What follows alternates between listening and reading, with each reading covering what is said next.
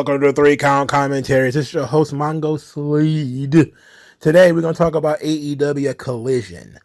From October 21st, 2022, there will not be a Battle of the Belts extension to this because I didn't watch it.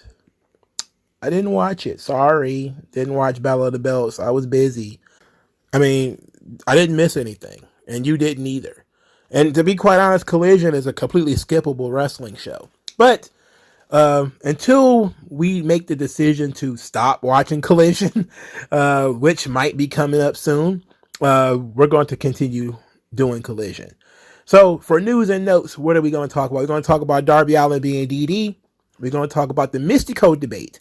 Now, the Mystico debate is something that is going to be pretty extensive, so I'm going to put it at the end. What happened on the internet is somebody who is a reporter for Wrestling Observer newsletter basically said that signing Mystico, what does it really do? Because do they really need another masked wrestler on the roster? And because of that, a lot of people started calling him a racist and all this sort of stuff. So I did a video on that. But because I got busy and I did not put it out, I'm going to attach it to the end of this video. So this video might be longer than it probably would normally be. But that's what we're going to have to listen to me talk about whether signing another luchador is good or not. But we're going to start our news and notes with this. Apparently, Sammy Callihan was backstage at Collision. So we know that he's good buddies with Jon Moxley. They came up through the Indies together. He is going to be leaving Impact Wrestling, or he's already left, one or the other. And he's basically in negotiations for a new contract. I hope and I pray that he ends up in AEW, because there's only 3 options really. WWE, AEW, go back to Impact. Going back to Impact doesn't seem like it's an option. And WWE, man, they don't need another warthog on the roster. They already got Kevin Owens. So, in AEW, their hiring practices seem to almost guarantee that he would get a job there. So hopefully they figured it out and they're going to bring him in and he can be Moxley's tag team partner full time or something like that, while Moxley has a scrambled egg brain. And this could be somewhat, at least he'll be out of the way. At least he won't be on Impact anymore and he won't be on WWE. So then I'll win just for that. All right. Next is Darby Allin. So Darby Allin he's got to be DD, and Tony Khan has to at some point step in and probably manage this kid's life. But knowing that Tony Khan is who he is, he probably needs somebody to manage his life. So Darby Allin did 2 very, very stupid things. One, he went and got a tattoo of a skull hand or whatever on his head. This has trumped Cody Rhodes' neck tattoo. Let me tell you this. If you're anybody who has a face, there's no positive face tattoos. Not one. There's nothing that ever needs to be tattooed on your face. Ever. Let alone a skull hand. This little dude clearly hates himself and needs therapy. He does all these horrible things. And it only makes him look more and more silly.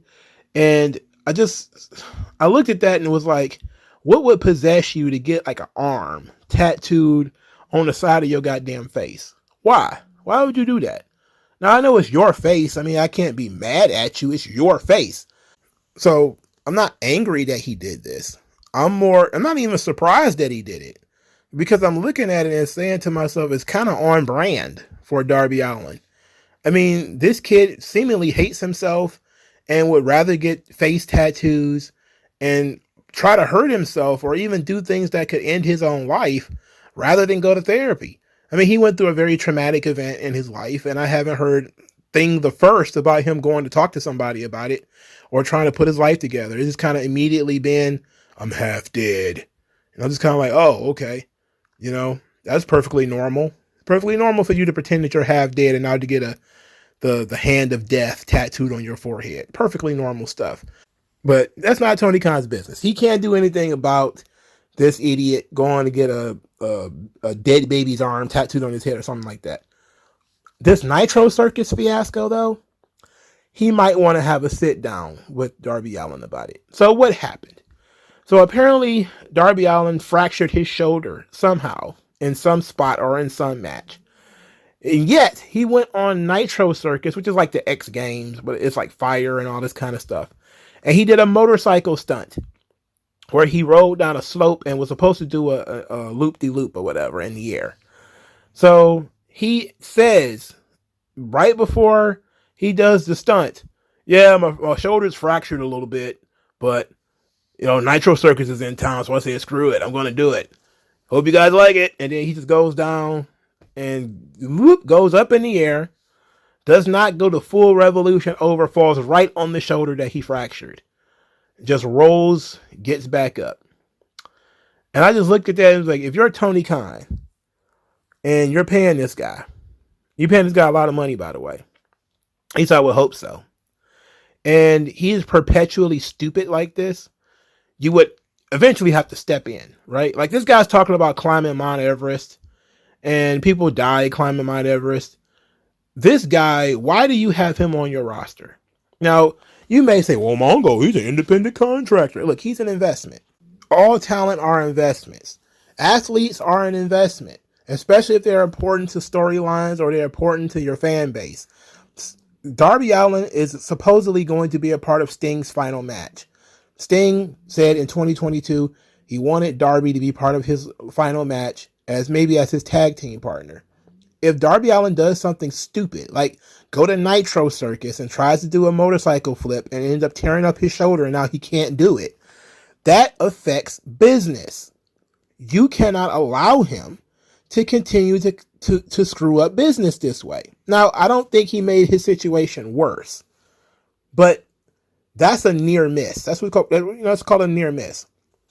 Athletes, football players, basketball players, etc., they have to be protected from themselves sometimes, and sometimes you have to put that stuff in their contract.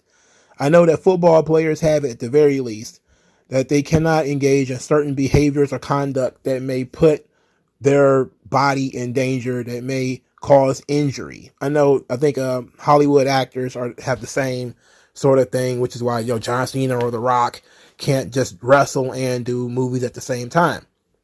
And this business, the wrestling business, have seen people have, very profitable careers change at an instant from things that were not necessarily the fault of the talent, but may have been just routine issues, car accidents. And then you have the exceptionally stupid things. Kerry Von Erich being high on a motorcycle and ended up losing his foot. Or Brian Pillman, tearing up his ankle in a Hummer. Or, these kind of things occur. Jeff Hardy on a dirt bike, screwed up his ankle or his knee or something like that. Ended up canceling weeks and weeks of pay-per-views and creative. You cannot allow these guys to do that. You have to be smart. If Darby Allin would have tore up his shoulder and would have required surgery and would have been out, and he would not have been able to make that Sting match, I would have taken it out of his ass. I would have released him. And personally, I think if you're not going to put it in their contract, that you can't do this dirt bike stuff, none of this motorcycle stuff, anything that's going to put you in danger, then it should be well known that there's going to be a release coming if you go out there and you get injured doing something stupid. Oh, you're going to be a stunt double in a movie. Okay, that's a great extra job. But if you go out there and tear up your ankle and now I can't use you on this show, I'm firing you. Period. Because you have to be smart. If you won't take responsibility, then I have to. And Darby Allin clearly is not taking responsibility, and clearly Tony Khan's not taking responsibility. The first time that dumbass would have said, I'm going to climb Mount Everest, I'd have been on the phone like, what are you talking about? You're going to climb Mount Everest? Now, if your contract has expired, then go ahead and do whatever you want. But if you're going to be under contract to my company and you're talking about you're going to go climb Mount Everest, probably not. Probably not. Because if you fucking get hurt, if you get hypothermia, or if you die, I can't use you. And end of story, do that shit on your own time. As long as I'm paying you, you're on my time. You're under contract, you're on my time. Even if you're not working that day. All right? And that's how it works in the NFL and the NBA. I know people say, well, as long as he shows up to Dynamite. No. Because if he shows up on Dynamite, works is just fine. And then Thursday morning, jumps up, starts juggling knives, and cuts his fucking fingers off, his fingers are still going to be cut off the next fucking week. No, you can't let these guys be stupid. This is where Tony Khan not being a strong leader is a problem. Yes, these guys could get hurt doing it. They could get hurt ice skating. But there's one thing to get hurt doing something that you're not expecting to get hurt doing. Like, I think it was a baseball player or something that hurt his shoulder blades taking out the garbage. I mean, understandable. You separated your shoulder or something like that, taking out the garbage, man. That sucks. But you weren't doing anything dumb. You weren't doing swanton bombs off the top of the house or some silly shit like that.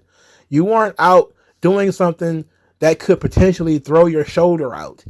You know, that's different. If you were just driving your car and you hit some black ice and you smash into the back of another car, I mean, that's an unfortunate accident. I can't blame you for that. But if you're riding around on a motorcycle, drunk, or have a history of drinking, and you're doing some silly shit that could put you at risk, no, I would definitely can a talent for that. Because even if you say, well, he's not an employee. All right, but we're still business partners. I still rely on you to be responsible. I still rely on you to show up to work. If you put yourself in a position where you're not going to be able to show up for work, I can't rely on you. Why the hell am I going to keep paying you? For what? Pay you to do what? Darby Allin needs to be sat down. He needs to be probably sent to see a psychiatrist or something like that.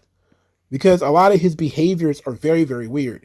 I know we haven't seen this kind of stuff since like early 2000s, Jackass, these guys stapling their balls to their forehead and all that kind of weird stuff.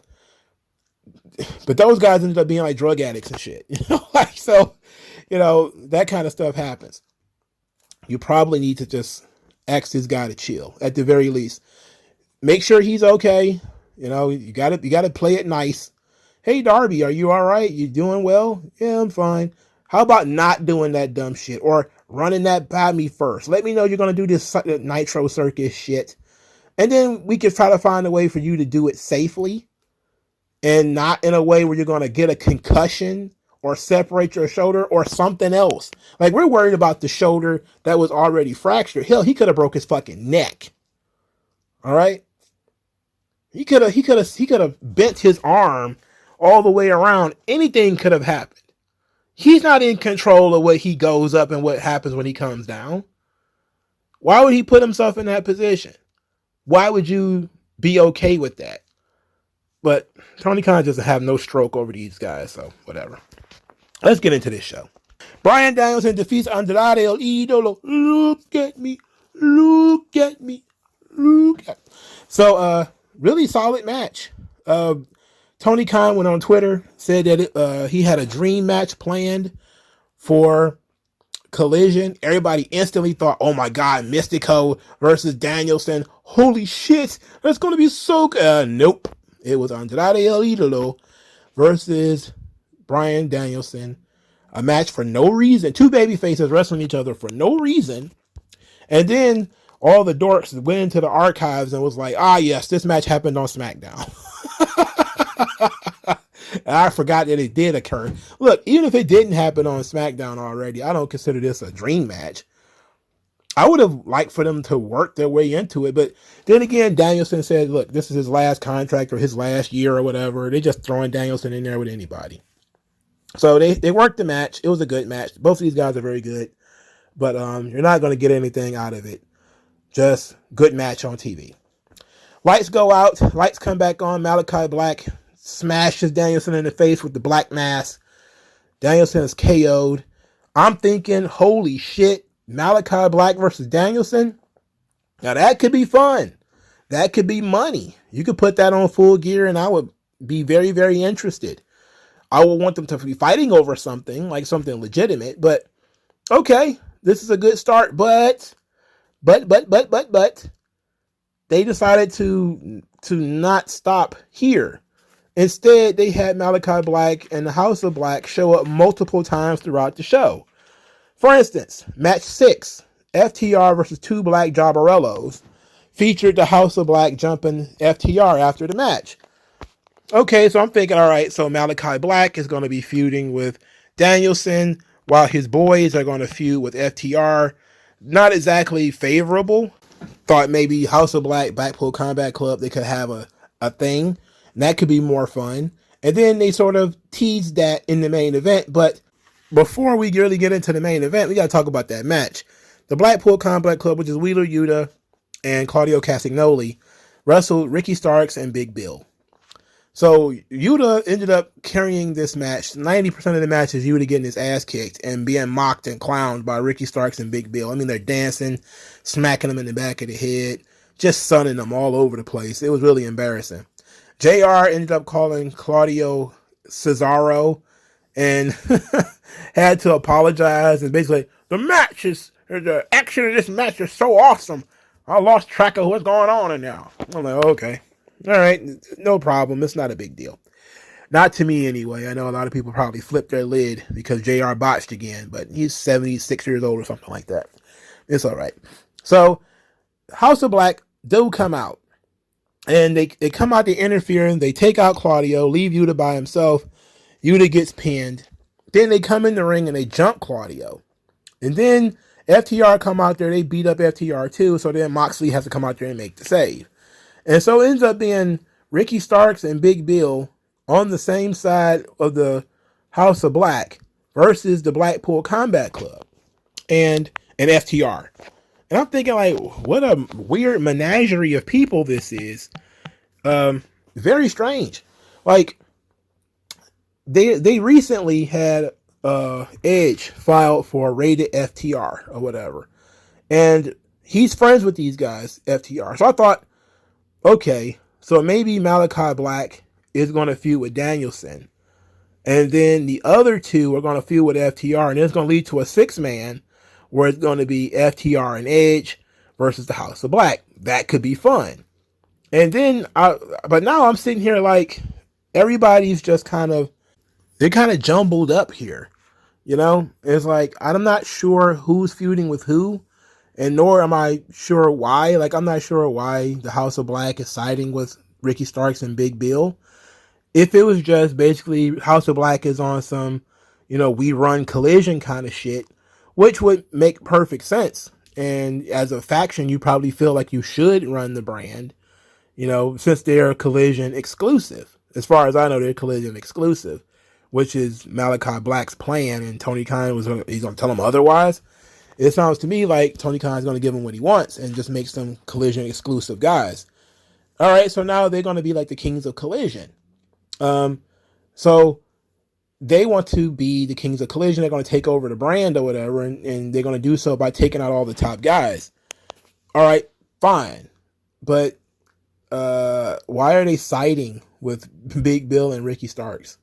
I don't know. Maybe that part is something we'll figure out as we go forward. But Danielson versus Malachi Black, I'm 100% on for. It should be a pay-per-view match. Don't do it on... I guess you could do it on Collision if you want. Depends on how much money you want to make. I certainly would save it for the pay-per-view. Pay-per-view is in 3 weeks. Something like that. 4 weeks. You got time to build it up. You got time to make it special. You got time. All right, so dumbass Darby. He's here. He cuts a promo about Nick Wayne. He said Nick Wayne got a lot of hate messages when he first came to AEW. People saying he didn't belong. He's too young. And Darby Allin advised him not to care, because when these people are on their deathbed, or when you're on your deathbed, their opinions won't matter.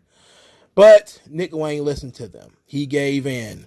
And then he says that his shoulder is fractured, and he's not going to have the opportunity to finish the job he started when he took that tooth. But when it heals, he's going to finish it. Then he says that he's going to be at Dynamite when Sting gets his special gift from Tony Khan. And if Nick Wayne has a problem, he can meet him there. All right. I don't know, man. Darby Allin. They're going to have the guy work matches and probably take bumps with a screwed up shoulder. I don't know why you would do that, but whatever. Sky Blue wrestled Hollywood Haley J, or Hollywood Haley, which is the name she went by on Collision. Sky Blue is starting to transform. She got spit in the face because of the poison mist of Julia Hart before Julia Hart ran off and got married. So now she has to be Julia Hart 2.0. And so she's being more aggressive, but her finisher is like a roll up.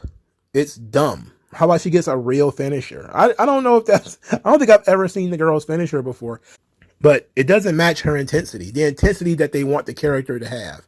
She has to come up with something else, and it has to be like vicious, you know? I really hate that. I hate this finish. I'm okay. Look, I'm not even a big fan of them reusing this storyline again of, Sky Blue going through the same transformation as Julia Hart, because it worked with Julia. I don't think it'll work with Sky Blue. Plus you don't need two of the same character anyway. Why do you need two of them? Unless Julia's going to be gone forever, you don't need two of the same people playing the same character. All right. Hollywood Haley J got a lot of offense in this match. Now, apparently, she will probably not be getting signed by WWE because she never had her tryout. Now, apparently, she didn't have her tryout because she didn't have her paperwork together. Apparently, they required some kind of medical paperwork or whatever that she didn't have. So she never got her tryout with WWE. So essentially, this is her tryout for AEW. And she looked good. I didn't think she looked terrible. Her strikes and things looked a lot better than Sky Blue's strikes. Other than that, they seem to be about equal in skill level. I don't know about experience, but there's a certain more character to Hollywood Haley J. She didn't get the chance to show it here. She was working, I guess, babyface, I guess you call it. But she's good. I've always been a fan of hers. Hopefully Tony Khan will give her the time of day, because his women's division needs personality, and she's got character and personality. I mean, she's not perfect. She's the kind of rebellious wild child that probably fits in the AEW locker room anyway. And she's going to get tons of heat. I already know it. And she probably already has tons of heat in that locker room. So who knows? But I'm pulling for her, not just because I saw her on Wrestlers and know her life story, but even before that, I thought she had some talent. And then Wrestlers showed me why she hadn't been signed yet, because she's a goddamn psycho. But because she's a goddamn psycho, she can make a good television character. I mean, she fits in the same vein of like Eddie Kingston and, when he was there, CM Punk, and the kind of, this is my real life and I'm not a perfect person. I say shit I shouldn't all the time, and having sort of a chip on your shoulder. She fits that gimmick perfectly. The only difference is she doesn't have the credentials that they have. She's much younger. She's like early 20s. So that's going to rub people the wrong way.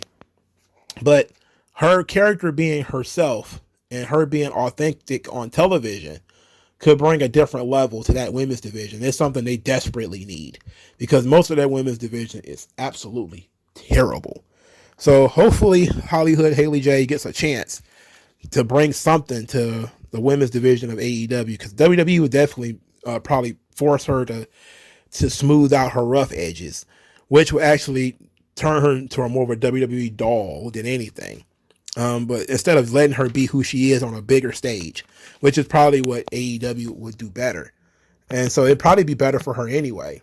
But if Tony Khan doesn't want to give her a chance, I hope she gets in WWE, and then she could make tons of money and do hood rat shit with her friends when she goes back home. All right, the Guns to beat the Outrunners. I don't know who the Outrunners. I guess Turbo Floyd wasn't good enough to beat Austin. Why would you book this match? Anyway, Jay White was in the ring with the belt. Then the lights go out for the second time on this show. Oh my God, there were so many lights out on this show. The Devil Mask appeared on the screen, looking in the mirror. The person looks at the camera, Devil Mask, and everything goes out. Huge MJF chant.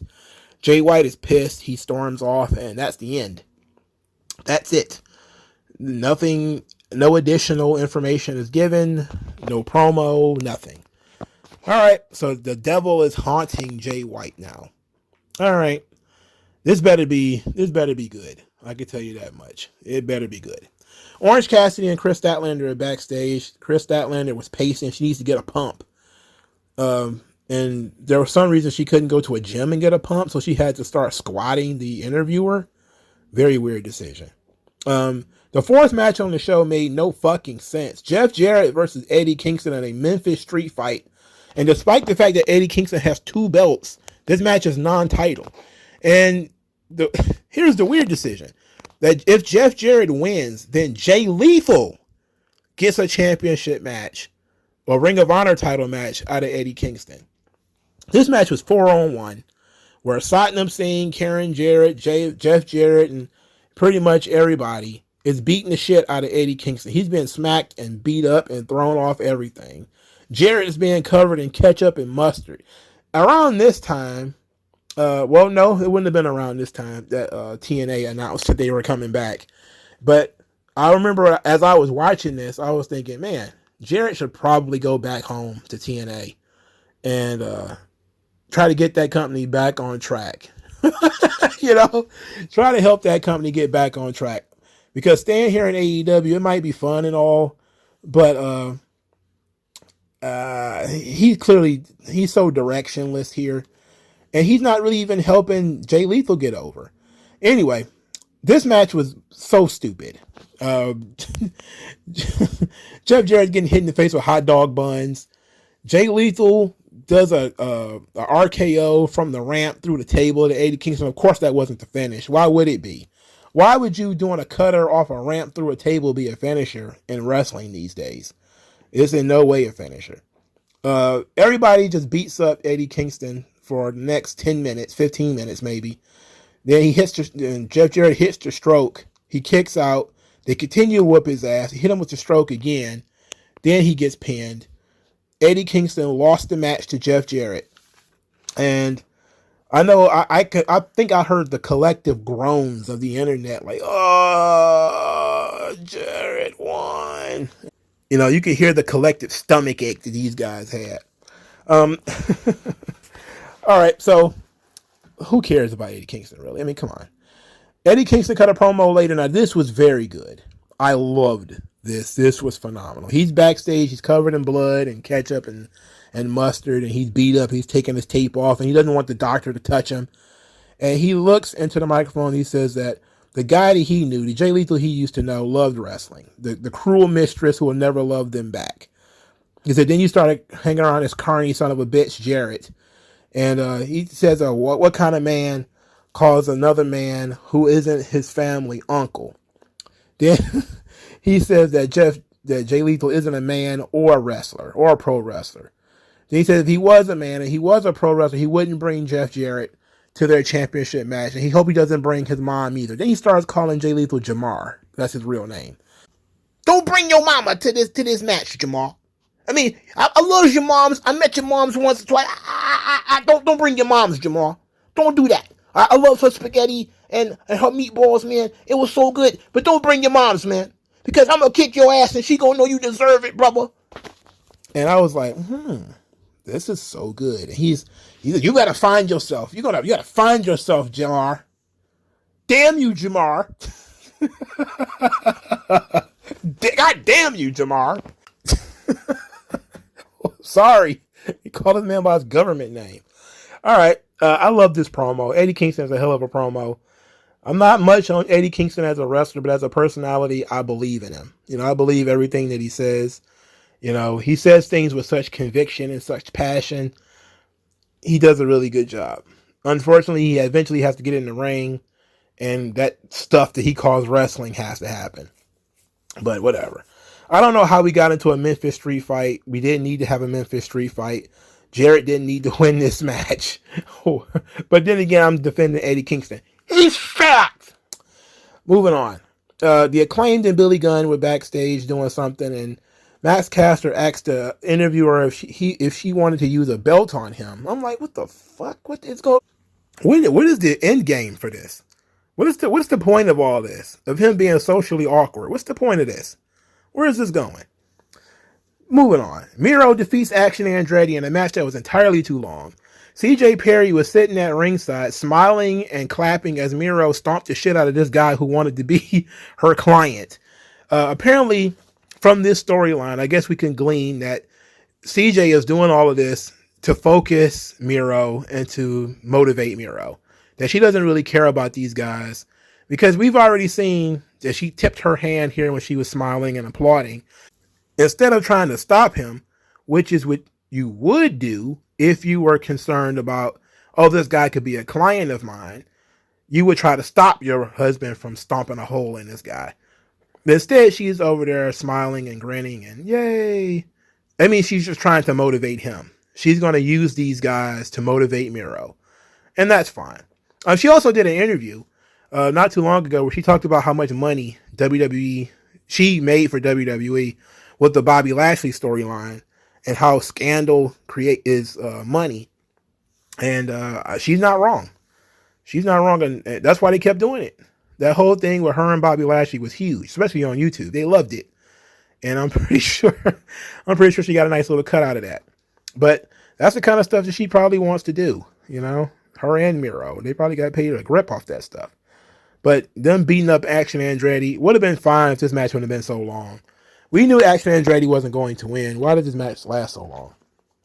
Roosh is upset as he watches people get opportunities he feels like he deserves. He doesn't wrestle on TV. In fact, none of these guys do. Los Ingobernables pretty much hasn't done anything, or La Facción Ingobernables really hasn't done anything except cut promos, which is usually a good thing. But when they seemingly have no direction to them, you know, you kind of have to ask the question of when are we going to get to the point of this thing? Now we've got the group together. We know who they are. You know, we probably should have a mission statement. And maybe that's what this was, and maybe I came to it late and I wasn't paying attention. But it's time for a mission statement for LFI. And to get these guys somewhere where they can actually feud, hopefully on Dynamite, because we already have a faction running around on House of Black on Collision. But maybe bring them to Dynamite and let them run wild there. And have they be the faction that runs kind of Dynamite. That could be fun, even though I don't like 90% of the group, but whatever. So Collision, mostly a useless show. I mean, it's becoming more and more useless. I'm not going to say I'm going to stop watching it. At least I'm not going to say that right now. I'm going to leave it up to you guys about whether we should continue to watch Collision or not. Do you continue to watch Collision first? I'm going to let you guys say whether you watch Collision first. I'm not going to drop it. Like Rampage, I just dropped it on my own. I think Impact, I asked you guys first. Collision, it's not completely useless, but I don't think you miss anything if you don't watch it. Like, they're not doing any angles on Collision that I feel matter or change the product in any way. I think they might do a title switch or something like that, but that's it. It's not as useless as Rampage, so maybe I'll keep it around for a while. But speaking of Rampage, Mystico wrestled Rocky Romero in a match that was incredibly boring, and I quit halfway through because Rocky Romero is Chavo Guerrero without the Guerrero. He sucks so bad. But that led to a conversation about Mystico, Luchadores, and AEW. And so I want to have that conversation. I'm going to have that conversation with you guys now. So let's get into it. Topic is too much of things that are similar. This spins out of, once again, Twitter. It was a debate, well, a conversation, let's say, in which a guy got ate up on his take about Mystico being on AEW Rampage. So what is going on? Let me tell you. A podcaster by the name of John LaRocca, apparently he's on some version of Wrestling Observer newsletter or Figure 4 online. He's part of that community or whatever. He had gone on Twitter over the last couple of days to talk about Mystico being on Rampage. And the argument began about whether Mystico was involved with the selling of the tickets to the AEW show or whether it was BOGO, the buy one, get one, and the price drops. A lot of people seem to want to give the credit to Mystico.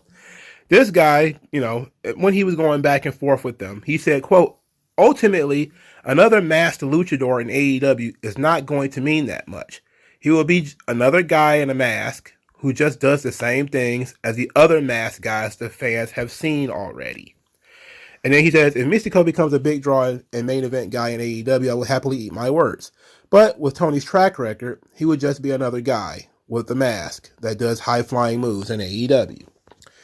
This got him ripped apart, specifically by the Lucha Blog, Mexican wrestling fan sect, and the Hispanic sect of the AEW audience, who are now looking at Mystico as if he's the next savior of AEW, even though it was just one match as far as I know. But these people are very upset. And one comment, well, a couple of comments in particular, really got me thinking. So let's talk about this for a minute. Here's one of the responses. White wrestlers get to win belts around the world being mundane and copying Japanese stars. Yet nobody says they should be jobless. Well, wait a minute. Let me raise my hand and I will say, I say they should be jobless.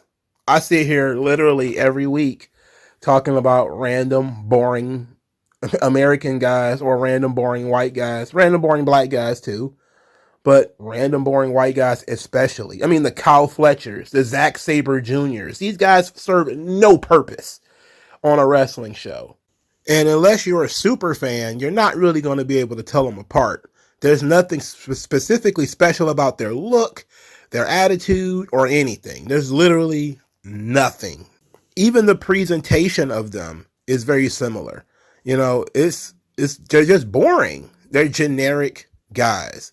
That doesn't discount what this guy is saying. He's talking about them being generic luchadors.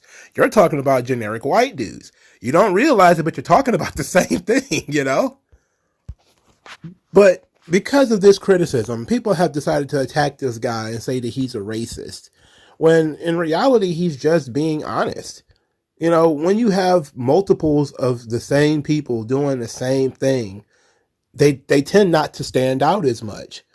This is why when you have like random bland white guys in Japan, you know, the Japanese see Japanese people all the time. So to them, it was exotic to bring over like Bruiser Brody or Stan Hansen, you know, the big jacked white dude. And then you see how it became a thing in their pop culture. Like you started seeing like in their various anime and manga and sometimes even in the movies. Like this isn't Japan, but it's China.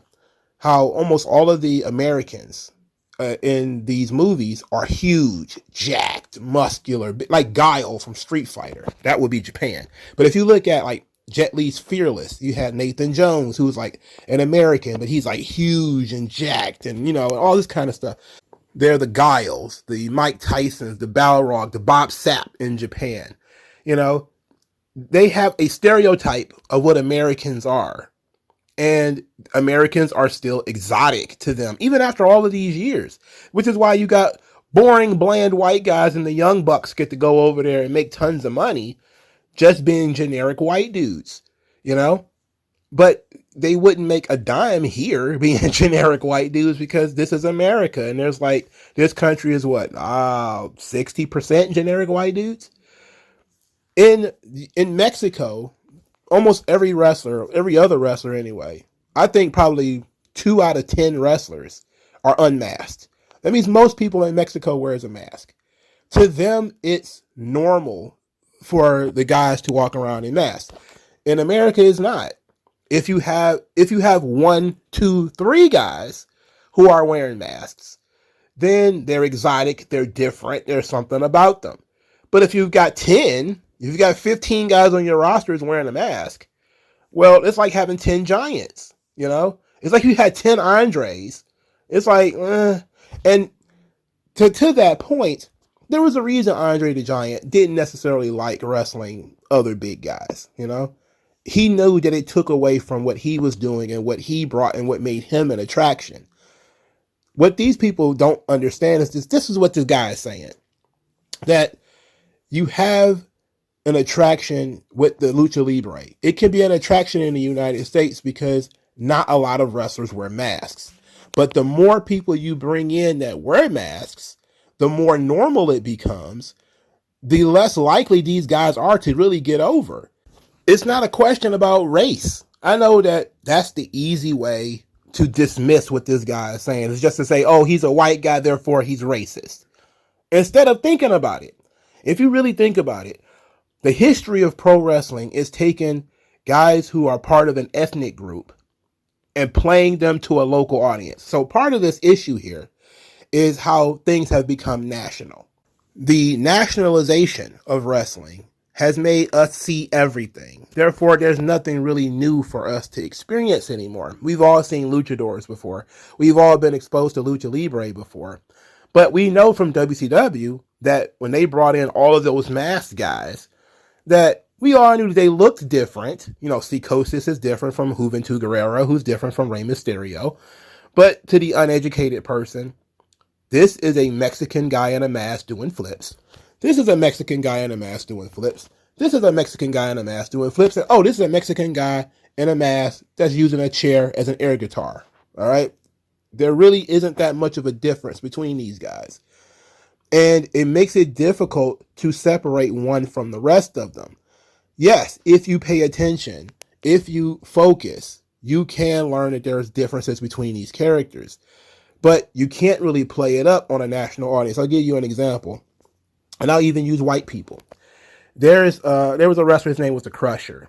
He was Polish, and he was a wrestler for the AWA. Somewhere, I think it was Wisconsin, had a really high concentration of Polish people. They will always play to the Polish audience by mentioning his real last name, like it's Wisniewski or something like that, something Polish. And he became a local hero to those people. It's different on a national audience because everybody's like, okay, you're Polish, so what? But in that market, being Polish is a big deal. Bruno Sammartino was another one for the WWF, being a natural-born Italian.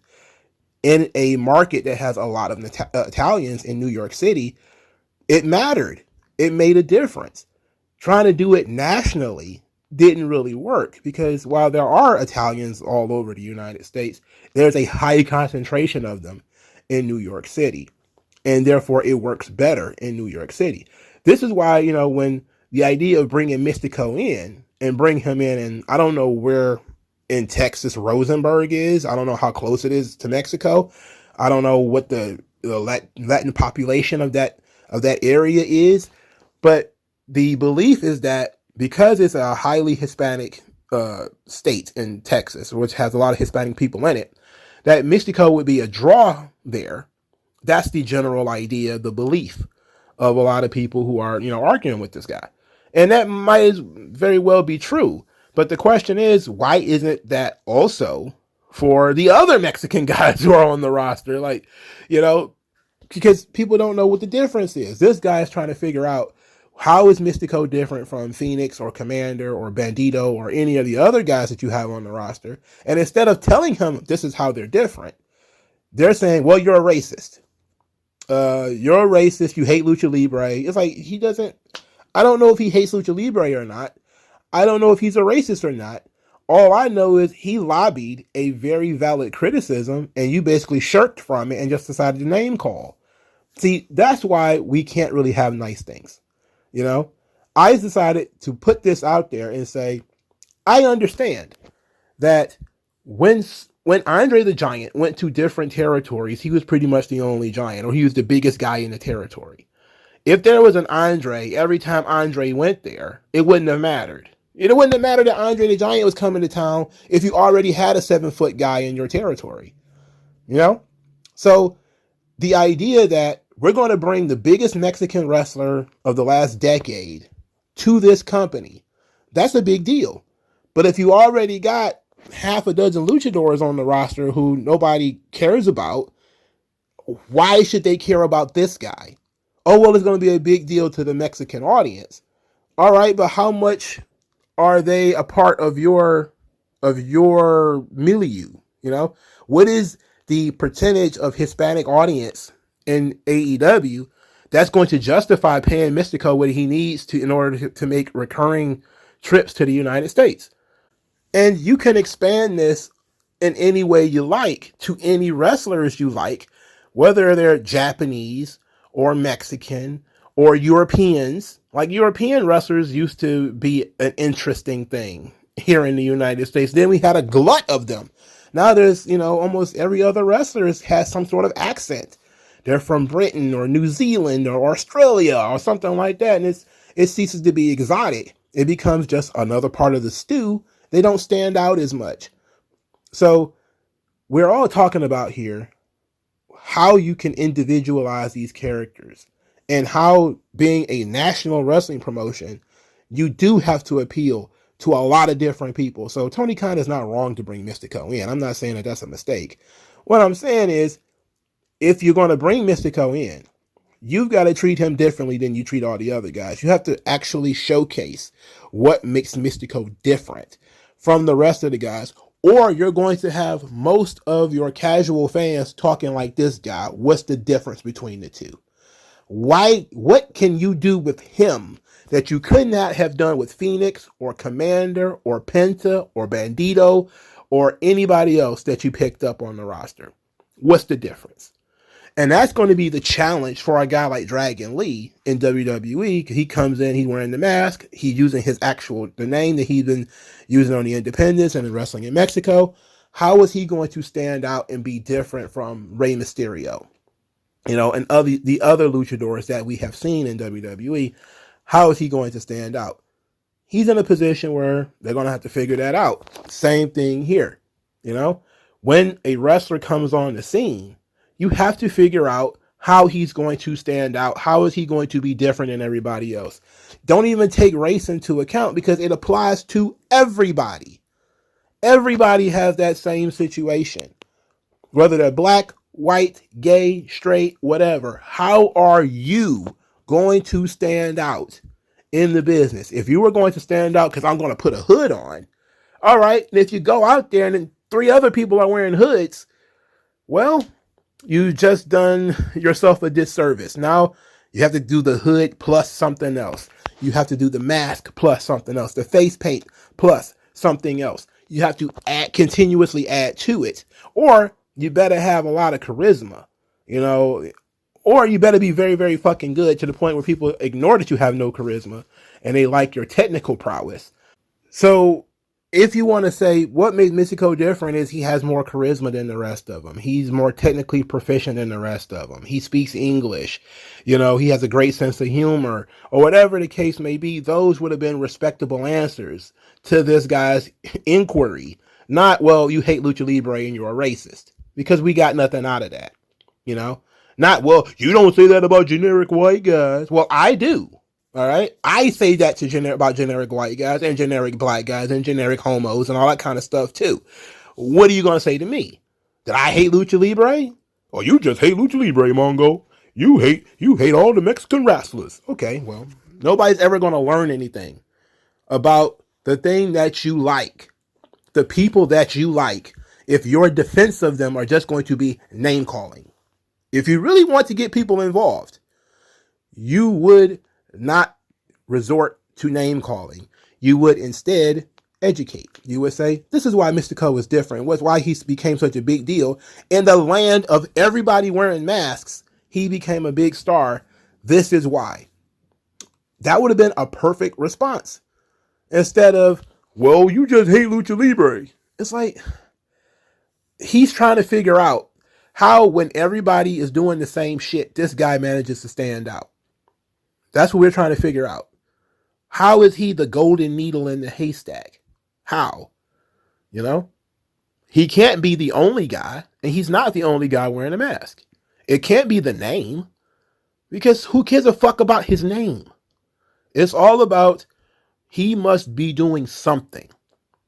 Him as a performer, him as a person, he must be doing something that makes people go crazy. If he is a top draw for the last decade in Mexico, instead of pinpointing what that is and telling people that, they just decided, well, he's a racist. You're a racist for even asking that question.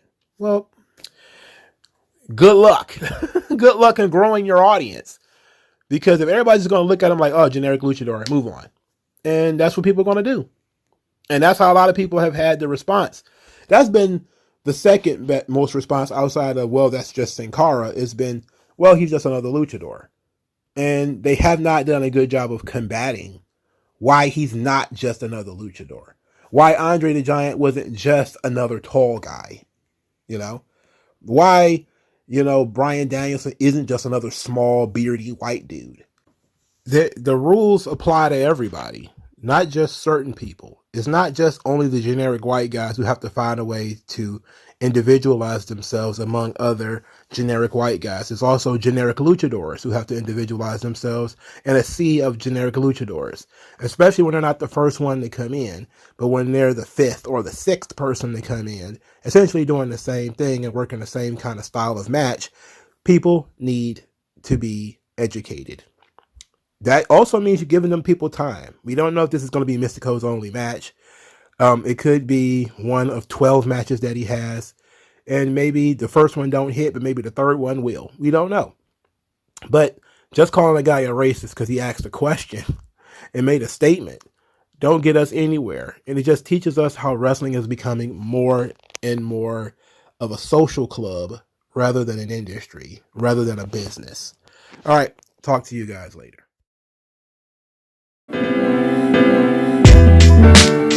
Tell me what's worse than learning all that you led to believe was all horse crap.